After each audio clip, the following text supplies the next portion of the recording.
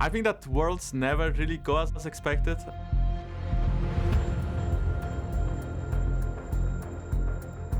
Team Liquid knocking out the LEC Sweethearts of G2. Machi takes the win. And let's be honest, it wasn't close. It's Perks, baby! Knock, knock! What a game! That's Worlds! That's why we're here! Anything can happen, and all the teams should just be, even like try to cheese, try to do anything you can just to make it out of group stage. There's just that pocket of vision. Flash available to him, not even going to be able to get away. Instantly taken out. Flash stun, they've got the combo. Jankos is not going to be rented. The heal comes down in time. The flash auto is first blood for Tactical. Mystic shot will not find him. SOFM looking to engage on the top side here as Angel's going to be caught out. That Tries to go for the blast cone. That ward from Mickey, he warded out the blast cone. 因为第一把打 G2 蛮可惜的嘛，所以在下一轮比赛里面，我们应该会做更多的特别的战术去打他们吧，所以也要 G2 小心了。 Almost up, and he has a perfect flank position. There to go. Goes in. There comes your damage. So much can be poured down on the G2 line. The perfect engage. They knock him down. 我觉得我们需要就是打一些特别套路吧，然后就打得措手不及。 Now Koala's in mid. Dash arrow comes out. Mission's able to sidestep that. Koala helps out Mission. 下一轮我打好的话，确实是有机会出现的。 The very first game starts with Team Liquid versus G2 Esports. Fantastic rematch. I always felt like I'm better than Broxap when he was in Europe. I feel like maybe he was just like too scared to stay in Europe, and he knew that he will never win, so he just went to an A. I think it's cute that Jankos thinks I went to North America because of him. He still has a lot to prove from my point of view in order to show that he's a better jungler than me, and maybe in this match I can put him in his place.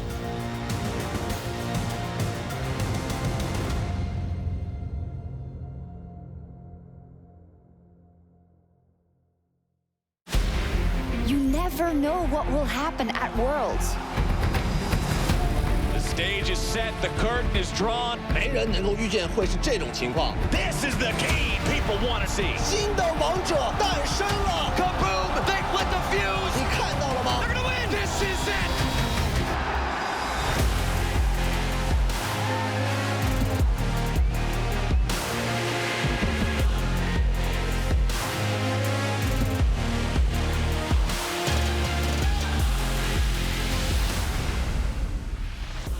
Welcome back, everyone, to Worlds 2020, where we're diving into the second round robin of the group stage, where each group will be played out in its entirety. We are getting a look at G2's preparation for the second half of the group stage through the lens of the Oppo cam. A lot of stress for the boys, I can imagine, as they'll be taking on Team Liquid, who they just lost to almost 48 hours ago. Not even a lot to prepare for this rematch, but I'm sure they will be ready. So, as you guys already know, I'm shocked. That was not what I was going to say, but I'm shocked. This is Vettys, and this is your motto. What it's going to say is, as you already know, from now on, every group gets played out in its entirety. Today, we start with Group A. And before we jump into the competition between those groups, I'd like to check in on our tournament favorites and two undefeated teams, as you see reflected there in the standings. Damwon from Group B and Top Esports from Group D. I think this conversation of the favorites, we kicked it off at the beginning of the groups. It changed a little bit, but Damwon still in the game. Yeah, for sure. The beauty of what Damwon have showcased so far is just the versatility in the way they've won games. In every single match is something different, whether it's individual skill, team play, a brawl match against JDG, a very clinical, precise game against Rogue where they had their hand on their neck and just pressed. I think, all in all, as a fan of League of Legends, as a fan of great League of Legends, I love watching Damwon. Damwon give me very SKT back in the day vibes, you know?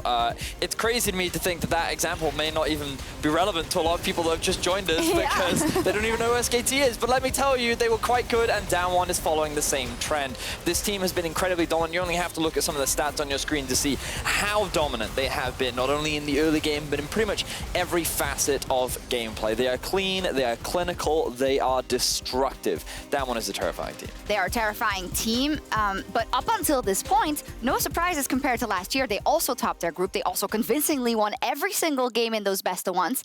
From what you've seen of them this split in the LCK and the entire year in the LCK, when you were also coaching, How do you think they have evolved when it comes to those best of fives? I know it is hard to tell, but that's what we're looking out for with Damwon. It's so tricky because I don't think we can compare this team to the last year's team. We saw Damwon, of course, playing at MSC. We saw them play one best of five against DRX, where they carefully dissected them, 3-0'd them. I think in general, this feels like a team that is on the day always very well prepared. I think in terms of drafting and preparation, they seem to be on point because they only dropped 5 games out of, I think, 40 games, which is absolutely insane.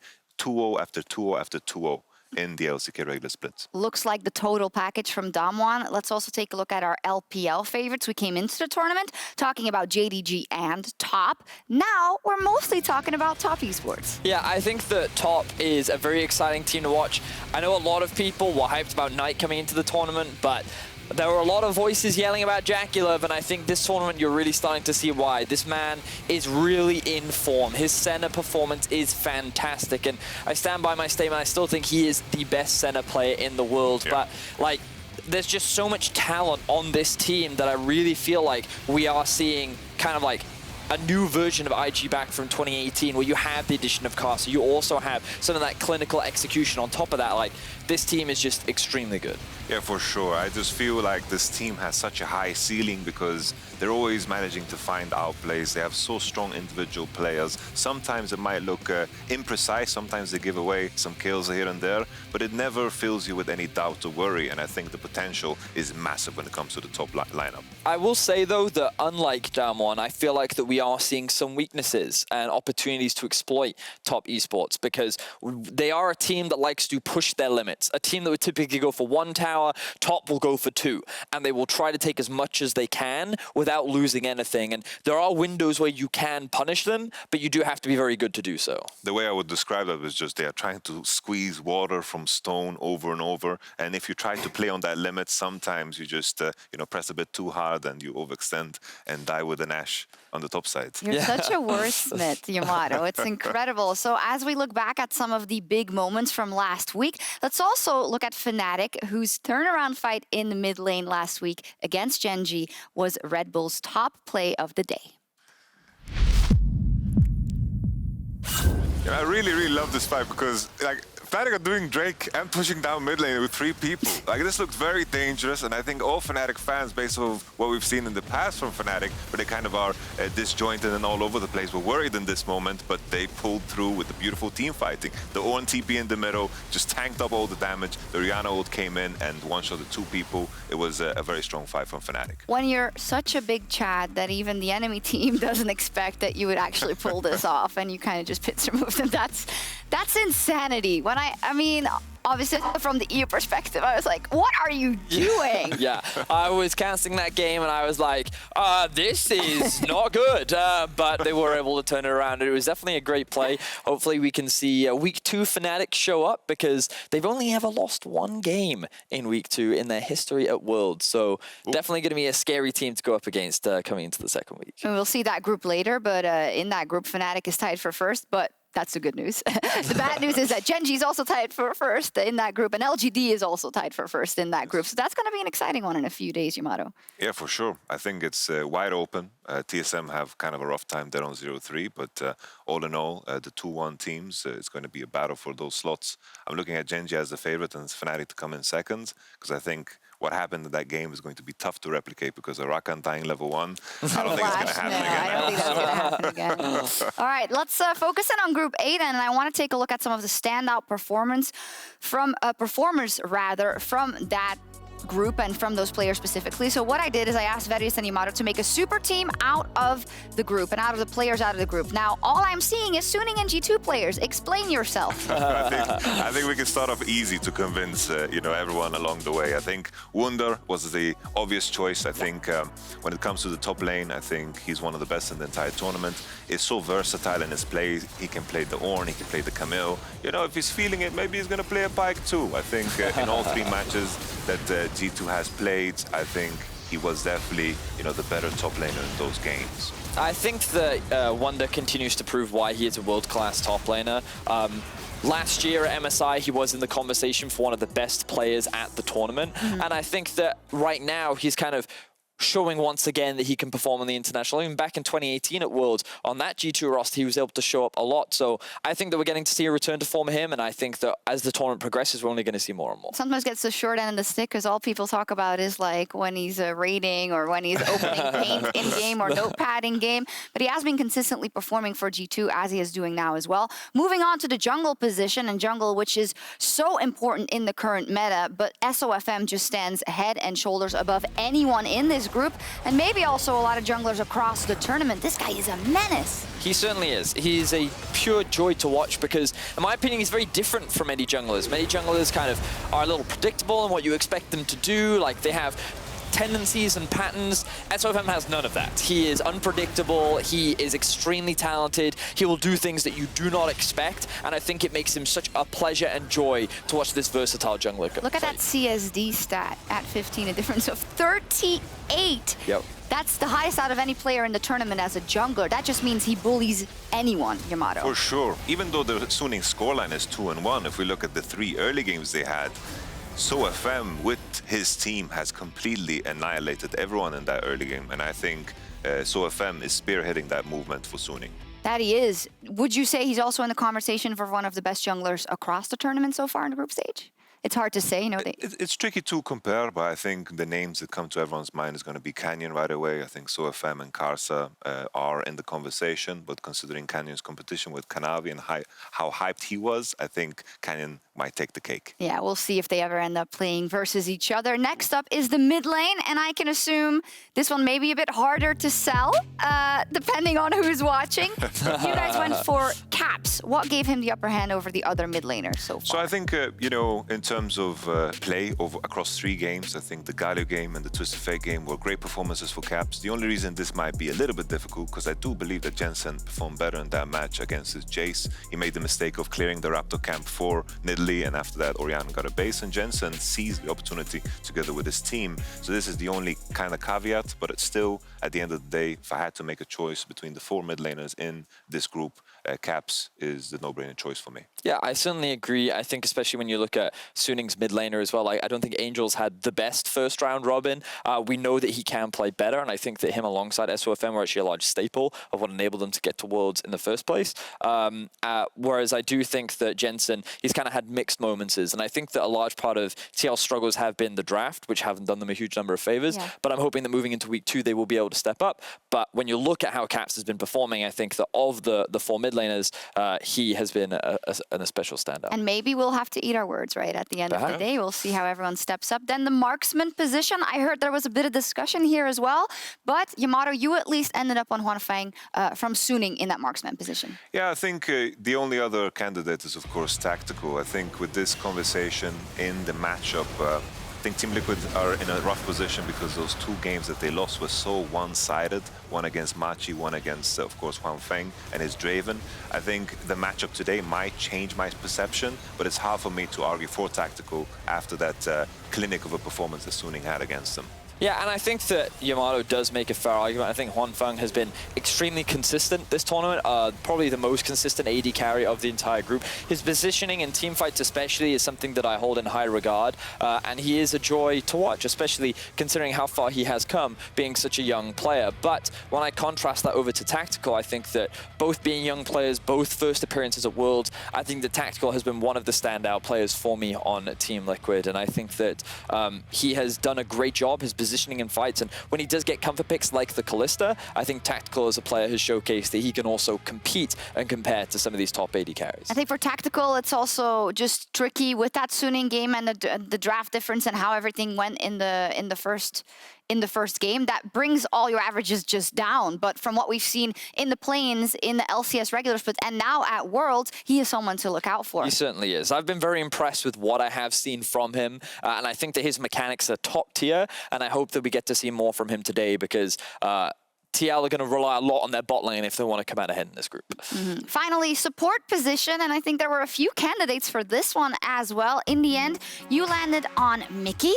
Why Mickey and not some of the other supports in this group, Yamato? I think the other person that is in the conversation is, of course, CoreJJ. Sword Art, I think he had some blunders here and there, but I think Mickey has been the reason why they won against Suning, why they're 2-1 in the first place. I think his bot performance was monstrous. Even in the game that they lost against Team Liquid, he found some Alistar engages. I think the other person in the conversation is, of course, CoreJJ. If it was only based off of that one game against G2, I would be like, okay, this is, CoreJJ should be up there. But then you contrast that with the 2 other matches that they played, and CoreJJ couldn't do anything. And of course, the super role is bound by the chains of your team, yes, which makes it difficult. But it all comes down to how they perform today. But I also think that Mickey has just also had an exceptional tournament. Yeah. Like, he was the reason why they won that game versus Suning. He has been able, even in that loss to TL, he was the one that found every opportunity that G2 had in order to bounce back into that game. And I think that to see him play at the level that he's currently playing at is great because he hasn't had the best year. So to see him step up right now is definitely a great thing to see. Well, thank you for that context. And of course, we'll keep track of it as we see all the games today. And maybe we'll have to come back on that list after all the games are played. So let's look at the schedule. 6 matches between all of Group A until we have 2 teams left headed to the knockout stage, and any tiebreakers will be played at the end of today. Now, in terms of stakes, Group A is the closest group in any metric you look in this World Championship so far, in terms of every team having at least 1 win, which makes it interesting. Also, in terms of the games played between each other, they are the closest in terms of gold and in the games that every single team has played versus each other. So anything can really happen, and I can't emphasize that enough, especially with this group, Yamato. It's so wild because it just starts off with such a banger. Yeah. Like, if Team Liquid managed to win this one, all of a sudden they have the head-to-head against G2, which is so much more valuable than just having a 2-2 scoreline. At the same time, Machi, they lost a couple of games, but they also start off with a bang, and it's definitely like a group where anything can happen on the day. It's best of ones, and that's the nature of it. It's like dynamite. And the thing for Suning is because G2 lost that game to TL, their road to first in this group is now a lot easier because they've been very consistent. Even in that game, I think many could argue that Suning should have won that game versus G2. Especially you have that Ocean Soul, like everything is set up for success, and if they can get that win against G2 today, there's a potential for no tiebreak. You just lock in that first place spot. So I think that Suning right now is probably feeling the most comfortable when you see Machi, TL, and G2 all taking games off each other. And to emphasize it once more, getting out of the group is a goal, yes, but when you're looking deeper in the tournament, it's not just about getting out of the group. That should be a given. It's about getting that #1 spot so you can avoid top esports and down 1 in the quarterfinals. That's so dangerous. That's crazy. It's like you pray that you get a Genji, but that's tough too. That's no nothing is easy fish to fry. In all honesty, I think the first seed is going to be so key, and that makes everything so much crazier because it's already crazy enough. So spicy today. Very spicy. Yamato, just short, you've been coaching in this position. You were at Worlds with Vitality, you were at Worlds with Splice. Tell me about the difficulties in terms of having to play all these games back-to-back from a team's perspective. I think momentum is super important. Like, we had the stint where we lost against Cloud9 in the final match, and that was because, in my opinion, we didn't phase out our energy good enough because the days are super long. You come in early, you play a match, you wait in between, and making sure that you have energy throughout, because you don't get to practice for this. There's nothing else where you get to experience game, break, game, break, game, break. Having that in your mind and having that experience is going to be so important. And looking across the board, you're looking at Team Liquid, G2, they've been in positions like this before. Yeah. Well, maybe they need some of this. Anyway, when we return from the break, Veris is going to break down how TL beat G2 in their first game. And before we get there, we'll take a listen to TL's calls the last time they faced up against G2 in the sounds of the game presented by Bose.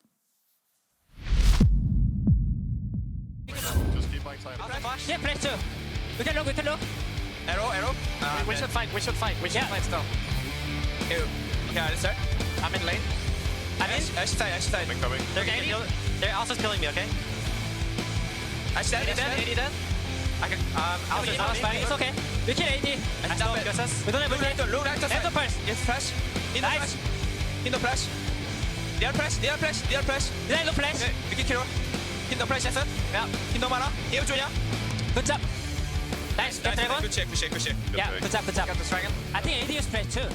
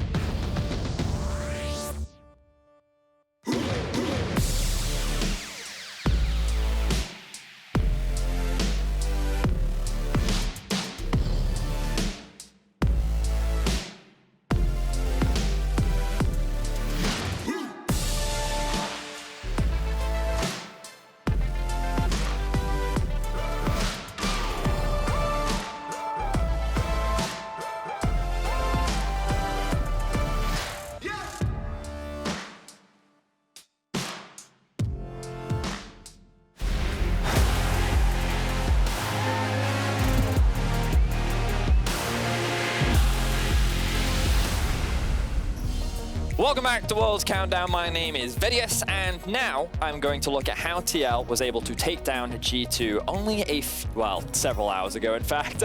There are two important clips that ultimately decided this game, and we're going to start off by looking at the level 1. So, this should come as no clear surprise, but Graves, Kalista, and Set are in fact very powerful level 1 champions. And when playing into a Nidalee, an Ashe, and an Alistar, G2's trio cannot match in terms of damage. So the appropriate response here from G2 in the event of an invade is to disengage, accept your losses, and just go back and start playing the rest of the jungle.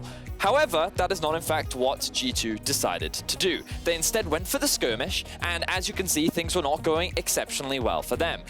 Mickey and Pokes initially started to disengage, but the communication seems to be, hey, we can actually commit to this fight, and it's Core JJ that you need to keep your eyes on, because Jankos gets a little bit too close to the red buff, ends up getting stunned up, and that is the perfect opportunity for TL to jump in, collapse, get first blood, get the red buff, and get level 2 onto Broxah. This is huge in terms of the bot lane to 2 versus 2 matchup, and it's also huge in terms of the jungle matchup. So what we know at this point now is that bot lane for G2 is behind, and jungle for G2 is behind as well. So what does this mean? Well, G2 decide, okay, we need to try and get back into the game. And to do this, let's try and get Jankos back into the game, right? So the first thing I'm going to draw your attention to is the minimap. What I want you to notice is that CoreJJ has already reset and is pathing his way from base into the mid lane.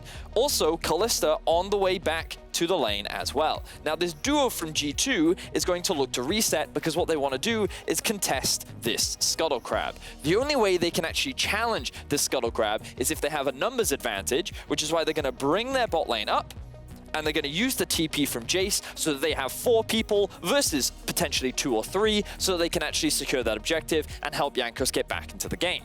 So this is what we're going to watch, right? So they shove this wave in bot lane, right? And then meanwhile, as we transition over into the mid lane, you'll see that the shove is coming in. Now, Caps takes a not very favorable trade, which initially doesn't look that good, but he's also running the teleport, so at the end of the day, it's not that bad. Meanwhile, Broxah is moving into the enemy jungle because he knows that his mid lane has that initial priority. This means that they can look to contest and challenge some of these camps, as we're seeing right now. Meanwhile, on the minimap, as I bring up the screen, what you'll notice is that Caps' back gets interrupted, which is actually very big. Broxah is looking to invade and threaten Jankos' camps. Meanwhile, on the base, both Alistar and Ashe have made their way back and are starting to make their way through. Meanwhile, though, the 3-man unit that TL have brought together is now ready to contest. So let's play this one out. As we're watching, Jankos loses his wolves. He's going to get put even further behind in experience. CoreJJ is here to assist, is going to secure that plate as well. And look, notice that the Scuttle Crab has already been started before the bot lane even arrives. So the idea of using numbers to generate an advantage is not actually working in their favor because the bot lane doesn't arrive in time. So as we continue to roll out this clip, what you'll notice is the Scuttle Crab ends up dying.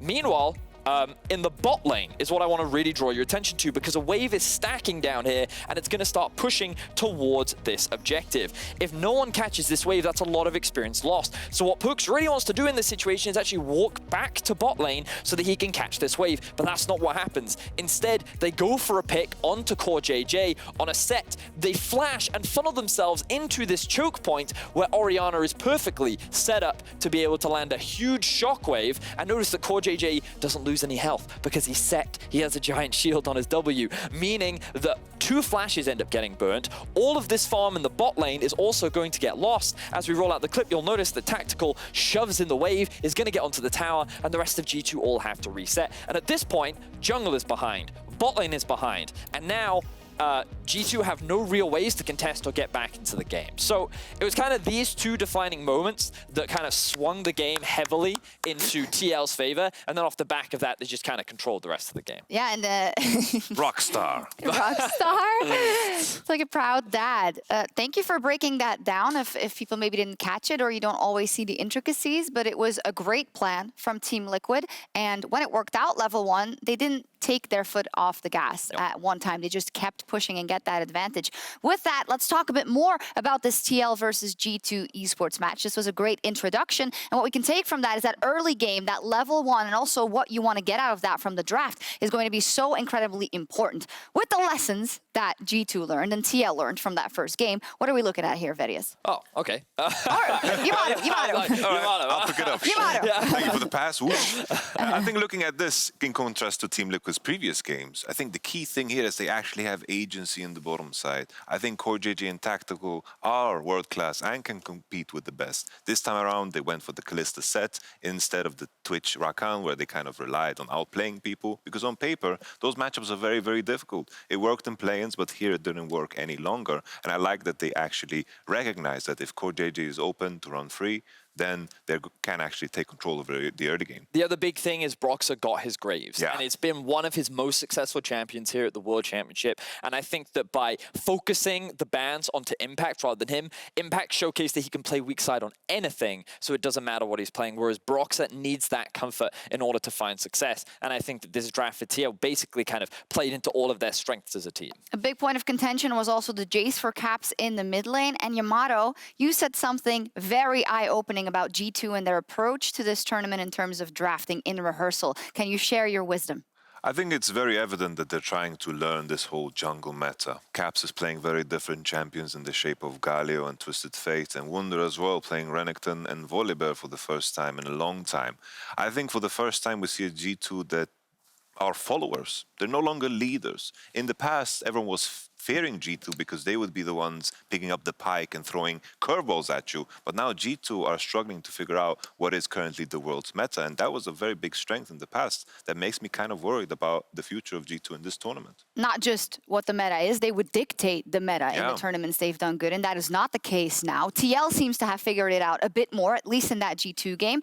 Graves for Broxa, so important. But I always ask the question, if from G2 you're going to then target Brox's champion pool, are you not also targeting Jankos' champion pool? Because let's not beat around the bush. He's not having a good tournament from an early game perspective. Well, the key thing about Broxa is, like, if I look at the champions that he's been successful on, is just the Graves, over and over the Graves. He had the Lilia game that he lost. He had the Lee Sin game where he wasn't just, you know, Lee Sin is blind, but in this game he was invisible too. I think this is a good place to target ban. Everyone talks about Impact's champion pool, but honestly, he can play a decent amount of champions in the current meta. I think if you look at Team Liquid and what you want to target, I think it's the Graves, the Orianna, and then you begin to peel off some layers of Team Liquid and test them on different waters than just the same old waters that we keep seeing in these games. I also think that Jankos has demonstrated that he actually has a pretty good Nidalee. While I do agree with you that their early game has been questionable, like given I think that Jankos has actually given up first blood in every single game. It's not good. I still think that his mid to late game on these champions is much better. The question is, what else does he have? Because so far he's only shown the Graves and the Nidalee, and I definitely agree with you in that if both Graves and Nidalee are taken off the board, where do both these junglers actually go? Do we have a set jungle versus Lee Sin jungle matchup? Sejuani. Yeah. Sejuani, yeah. Well, there's a lot more we can touch on. We already touched a bit on Jensen Caps at the beginning of the day, but I would like to talk about the supports a little bit as well. Mickey and Core JJ are both having standout performances for these teams. You said the word, or you used the word world-class for Core JJ, and we especially saw it versus G2, right? So this matchup is going to be extremely contested. It's just such a joy to watch, you know. At some point, you reach this area where there's no longer bans you can do against these guys. There's no longer, you know, oh, we banned these champions and they're no longer going to be effective. It's just a question of how smart are they in their choices. Last time around, we saw the Alistar for Mickey, which was the wrong choice in that particular game. Maybe good against Kalista, but all in all, it was a weakness in the game. And then Core JJ pulled out the set. I think it's all about champion choices for these guys because their performance at this tournament has been beautiful. Yeah, we put Mickey on our super team for Group A, but as you rightly said, Core JJ had to have been in that conversation even prior to the tournament because they are both world-class players. They both have a number of titles, both domestically and internationally, and I think that the amount of growth that Mickey in particular has made over this period in time has been stellar to watch, and to see him perform against a world-class player like Core JJ is nothing but exciting and a great way to start off our day. Oh, such an exciting one. I think, you know, you kind of want to say, well, TL, why don't you just do the same thing? But that's where this preparation for this stacked day comes into play. Stakes one more. Yamato and Vedius, as said again, all the games are played today. If you're TL and you can get this win, all of a sudden, everything looks different. If you're G2, all of a sudden, everything looks different as well, and much worse for you, especially if you want to get that first seed. It cannot be understated how important this game is. Yep, it certainly is, and the ultimate question comes down to this early game. Will TL be able to replicate a strong early game against G2? Because if they can, that is their pathway to victory. I think it's going to be difficult, but let's see if they can do it. Oof, what a fantastic game. With that, let's send it over to our friends in Seoul, Atlas and LS, for Game 1, TL versus G2.